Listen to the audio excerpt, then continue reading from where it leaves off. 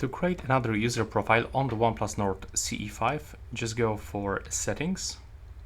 Next, scroll all the way down for Users and Accounts, and over here select Multiple Users. So now you have to turn it on by clicking on the switcher. There's your current profile. You've got also the default guest account, but you can simply add user by clicking here, selecting Add.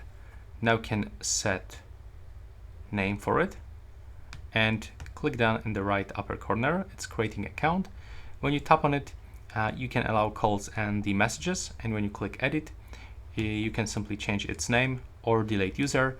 And if you want to enter and switch user profile, you will have to click here and now select switch. If you are using this for the first time, you will be welcomed with the first setup screen, so you will have to just simply set up the phone up to your preferences.